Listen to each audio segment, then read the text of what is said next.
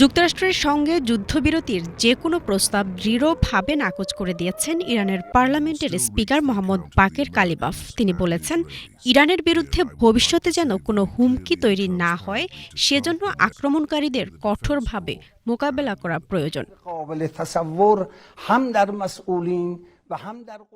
ইরানের সশস্ত্র বাহিনীর জ্যেষ্ঠ মুখপাত্র জেনারেল আবুল ফজল শেকারচি যুক্তরাষ্ট্র ও ইসরায়েলের নির্লজ্জ ও বর্বরোচিত অপরাধের কঠোর প্রতিশোধ নেয়ার অঙ্গীকার করেছেন।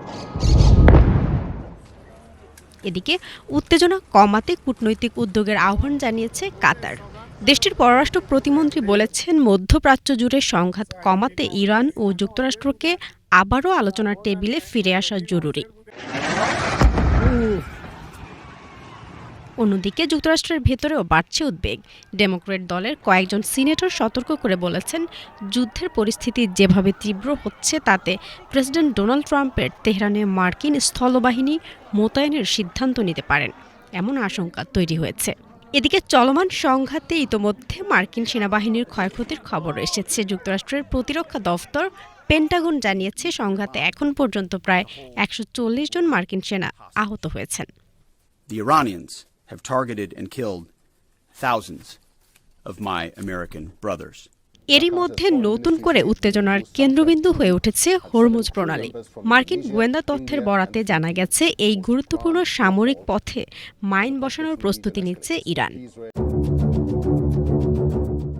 মার্কিন গণমাধ্যম সিবিএস নিউজ জানিয়েছে, ছোট নৌযান ব্যবহার করে এসব মাইন বসানোর পরিকল্পনা করা হচ্ছে, যেখানে প্রতিটি নৌযানে 2 থেকে 3টি মাইন ব্যবহারের সক্ষমতা রয়েছে। পারস্য উপসাগরের বন্দরগুলোকে উন্মুক্ত সমুদ্রের সঙ্গে যুক্ত করা এই হরমুজ প্রণালী বিশ্বের অন্যতম গুরুত্বপূর্ণ জ্বালানি পরিবহনের পথ। সম্প্রতি যুক্তরাষ্ট্র ও ইসরায়েলের সঙ্গে যুদ্ধের প্রেক্ষাপটে ইরানের সেনাবাহিনী সতর্ক করে জানিয়েছে, অনুমতি ছাড়া কোনো জাহাজ এই প্রণালী অতিক্রমের চেষ্টা করলে সেটিকে লক্ষ্যবস্তু করা হবে।